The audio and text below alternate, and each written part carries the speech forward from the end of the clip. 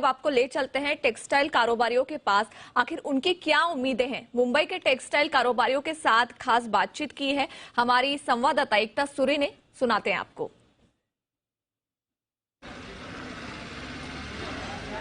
मैं हूँ इस समय देश की सबसे पुरानी और बड़ी कपड़ा मार्केट्स में से एक मंगलदास मार्केट में।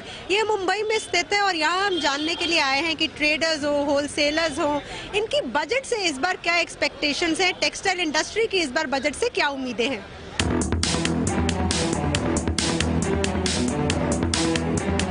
बजट में हमको देखो, व्यापारियों ने 2 साल में बहुत नुकसान किया। 2 साल तक मार्केट बंद रही, लोगों ने परेशानी बहुत देखी और व्यापारियों ने भी देखी है।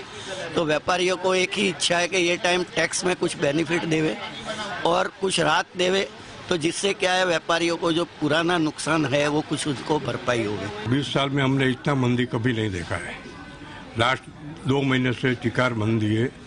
कपड़े का कुछ रेट का फिक्स नहीं है, ग्रे का रेट का भी कुछ फिक्स नहीं है।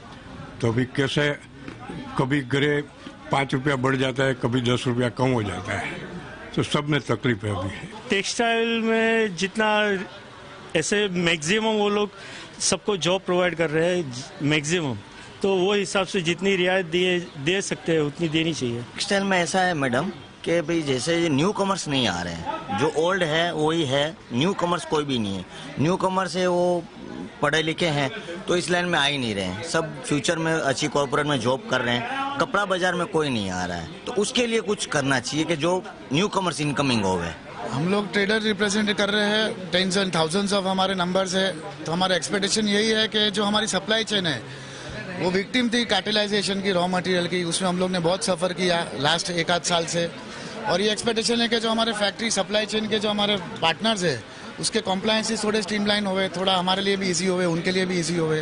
This is our biggest expectation as of now.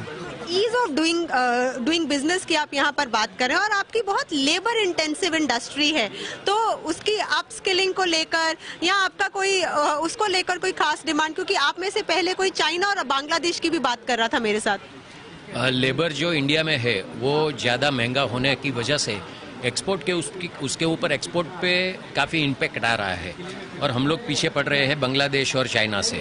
अगर हमारे लेबर लॉ ज़रा रीजनेबल हो जावे और उसको थोड़ा ईज ऑफ कर देवे, मिनिमम वेजेस के कंपैरिजन आप करेंगे तो बांग्लादेश का जो लेबर वेजेस है वो अपने यहाँ से काफ़ी सस्ता है। तो वहाँ पे अपने से पिछड़ा हुआ देश होने के बावजूद काफ़ी बड़ी रेडीमेड की गारमेंट इंडस्ट्री डेवलप हो गई और जाके हम जो फाउंडर थे कॉटन के कपड़े के जो मैनचेस्टर कहलाता था अहमदाबाद, हम लोग जो फाउंडर थे वो हम पिछड़ गए। अभी गवर्नमेंट जो सबको सब्सिडी दे रही है वो हाई लेवल पे दे रही है, लो लेवल पे कोई सब्सिडी नहीं है। गवर्नमेंट को जो लो लेवल पे जो काम करते हैं, मैन्युफैक्चरिंग करते हैं, उनके लिए भी थोड़ा कुछ टैक्स बेनिफिट या वगैरह करना चाहिए। आप आखिर में क्या कहना चाहेंगे निर्मला सीतारमण जी को बजट पेश होने से पहले, as traders, as wholesalers, as representatives of textile industry? छोटे व्यापारी का ध्यान रखेंगे तो टैक्स की आवक भी बढ़ेगी और छोटे व्यापारी आगे भी बढ़ेंगे और अंतिम फायदा उसको गवर्नमेंट को ही होगा और जिससे देश का भी विकास होगा। सबका साथ सबका विकास साथ में होगा।